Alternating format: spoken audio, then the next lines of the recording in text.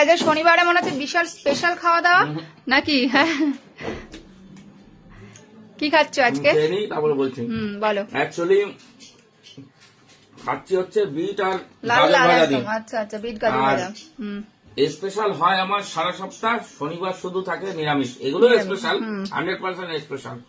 এই যে গাঢ় গাঢ় মুগের ডাল, একদম। এখানে হচ্ছে সয়াবিন কষা।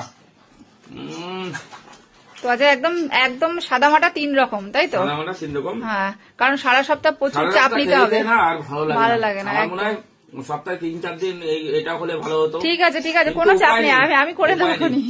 শনিবার, মঙ্গলবার, বৃহস্পতিবার সব চলবে নিরামিষ।